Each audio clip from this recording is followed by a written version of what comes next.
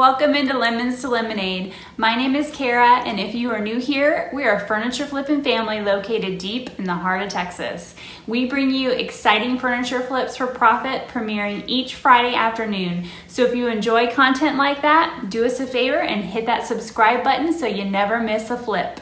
This week's furniture flip is really special. We are a part of an Ugly Duckling challenge with 20 plus furniture flippers all on YouTube. We were tasked with finding the ugliest piece of furniture that we could possibly find and flipping it into something beautiful. So come along with me to the garage and watch this Ugly Duckling transform. All right, wow guys, meet our Ugly Duckling. I've got a 1930s Art Deco waterfall 3-drawer dresser. This was a side of the road find, so it was left out for the dump. You can kind of see why, unfortunately. This had peeling veneer that someone had glued down with I don't know what they tried to use. Didn't work. More of it is coming up. Lots and lots of damage on the top. Unfortunately, I'm not going to be able to save this top. I'm going to try to save as much of the beautiful pattern as I can. I was so intimidated by this piece that it sat in the back of our garage for a long time. And when we were tasked with the Ugly Duckling challenge, we both sort of rolled our eyes because we knew which piece we had to get out. Lots of veneer work on the sides. The back is water damaged. This is going to have to come off as well. A lot of work is going to need to go into this guy, but it's worth restoring. It's beautiful, and we're up for the task. So let's go.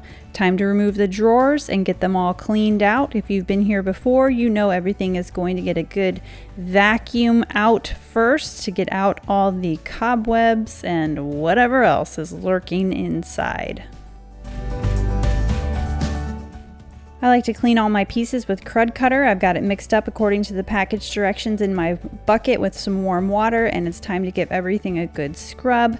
Right away I can see that there's so much damage on this top of this mahogany that, again, I'm not going to be able to sand it. I did a beautiful sanding job on a waterfall dresser a few YouTube videos ago. It is green, if you can find that thumbnail. I will link it also in the comments below. I love saving the tops of these, but you can see there's a lot of damage, and I'm not going to be able to do that on this one, so we're going to have to think of another plan.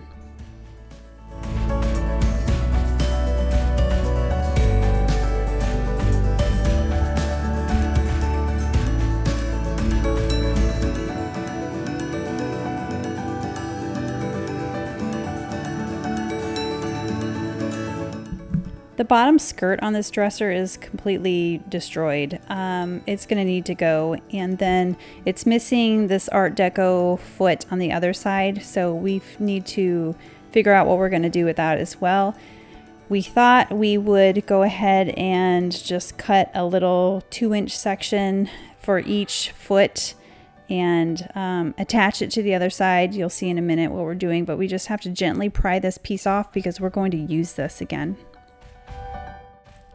We're going to go ahead and take this bottom skirt piece off and replace it with a different piece of trim that looks a little more up to date and not so fancy on the bottom, and just kind of goes with the current style of today. It's time for me to tackle one of the bigger jobs on this dresser, which is the veneer work on the top. I'm going to go ahead and try to fix this with Bondo since it's such a large section. I think Bondo is going to be my best bet since I can't sand this down anyways. So you mix your Bondo up according to the can directions, and Bondo sets very quickly. I'm going to have a very limited time to work with this considering it's Texas and it's really hot here. So I'm going to get just what I need for this little top section, and then I'll have to mix up more and more as I continue to work on the sides and the legs.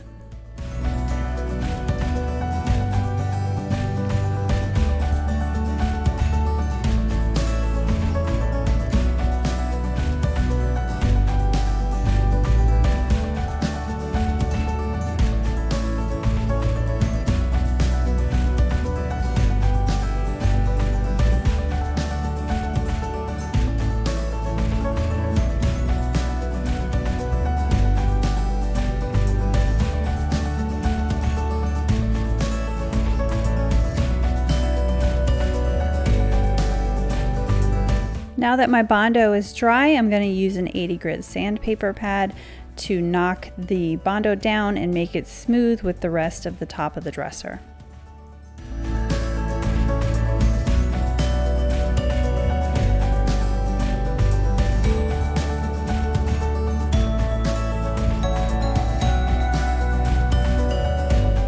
The Bondo is dry on the drawers also, so we're going to go ahead and get that evened out while we're at it.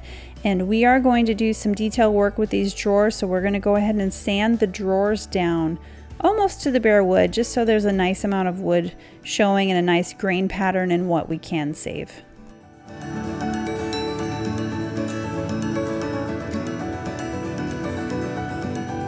Ooh, what a dusty mess we have here. Now it's time for me to go ahead and take the water damaged back off of this piece. We are going to go ahead and just get an extra piece of backing at Home Depot and replace it with that. But first things first, I need to pry the old yucky backing off.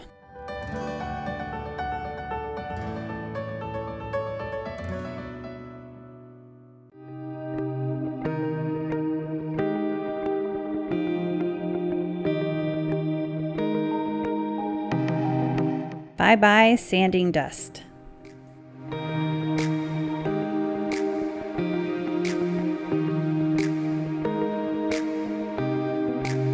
Remember that piece of trim that we pulled off the bottom? One side had it and one side didn't. Well, we're going to make just a little bitty Art Deco leg, so it kind of continues down to the bottom of the dresser. I need to make two 1.5 inch pieces. So Chris is working on getting those cut out.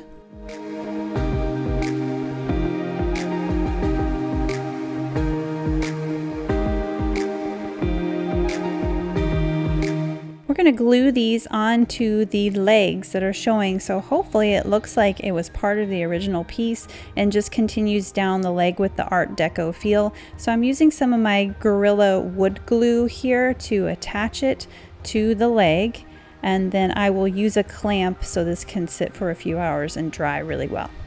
We will do this on both sides so that it matches.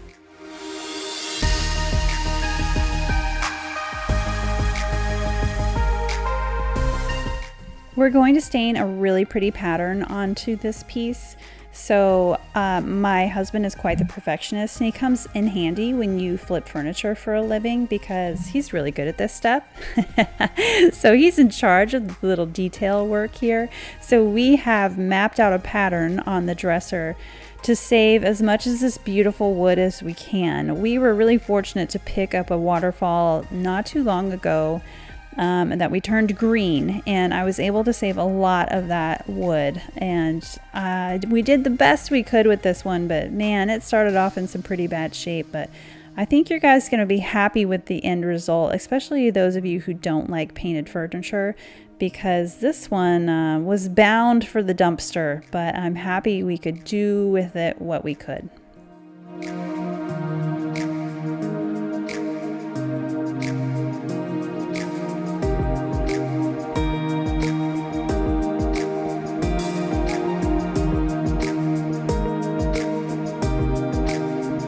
Sometimes these projects get ugly before they get pretty. So this guy's all taped up so we don't tape over the pattern that we want to put in him.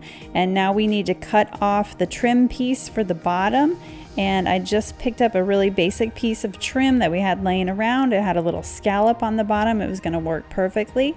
So we take our Gorilla Glue and we are going to put it on that bottom rung that holds the drawer in, and then it just makes it look like more cohesive and not just like the drawers hanging on the bottom.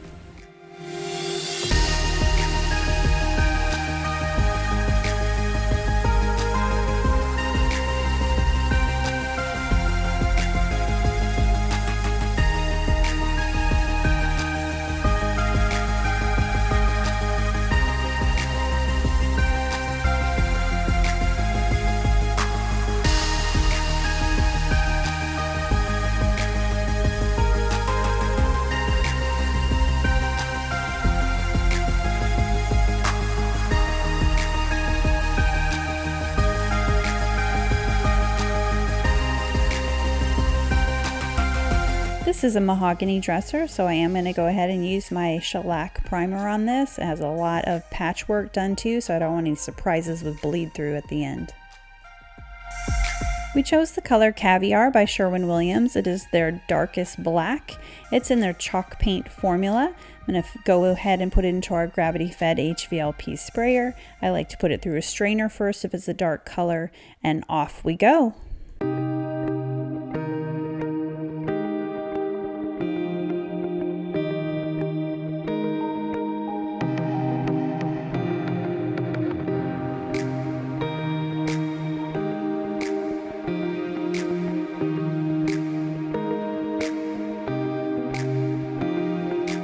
Going to look like Chris is skipping parts as he goes, but remember that underneath a lot of that masking tape is the raw wood that we don't want to paint, so that does not need paint on top of it. It's going to be ripped off once this paint is dry.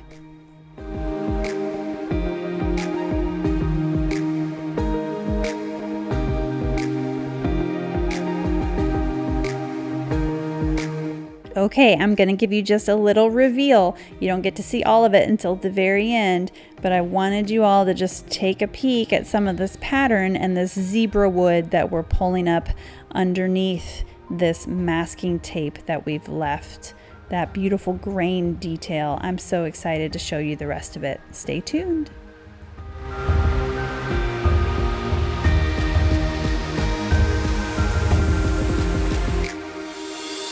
We chose to seal the piece in Big Mama's Butta. This is a Dixie product that is like a furniture wax, has a nice smooth buttery texture. This is going to make it look very rich and matte and dark. It's going to be perfect for this Caviar black. And when I put this on the drawers, like you'll see in a minute, it really is going to make that zebra wood pop. I really wanted something that was going to leave it with a buttery smooth finish and not like a diamond coat satin poly. So that's why I went ahead and used the Big Mama's Butta.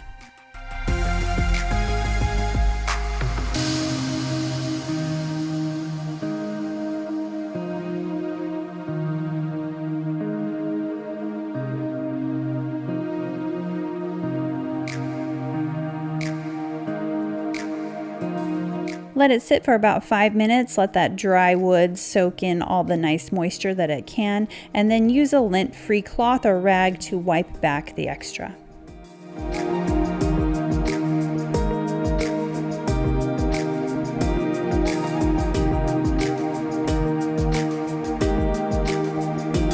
I'm going to use the Big Mama's Butta to refresh the drawers as well and make sure they slide well in and out, and then put it in the bottom just to help refresh the dry wood. Chris is working on attaching the new backing while I work on the drawers.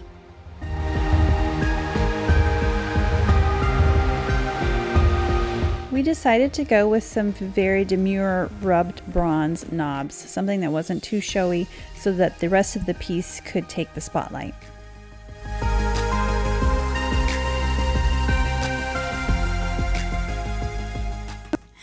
Okay, before the big reveal, let me share the details on this piece. We found this piece on the side of the road, so it was totally free. The black paint we already had from a previous project. The knobs were $2 a piece from Home Depot. The Dixie Big Mama's Butta was $20. The new backing for the piece was $10, giving us an all-in price of $34. I haven't listed this piece yet on Marketplace, but I'm going to do a bit of a research to see what I should even list it for. I am totally open for ideas. What do you guys think I should list this piece for? Be sure to let me know in the comments down below. I would love your input on that. Be sure to visit the other YouTube channels that participated in this challenge with us. I will list the playlist above and in the comments section below. And a big thank you to Cory at Desert DIY for organizing this challenge for us. You really want to check out her content if you haven't yet. She has beautiful things over on her channel as well. As always, please like and subscribe if you haven't already. Your support goes so far to keep bringing you fun content every week. And I won't hold you back any longer. Here is our ugly duckling.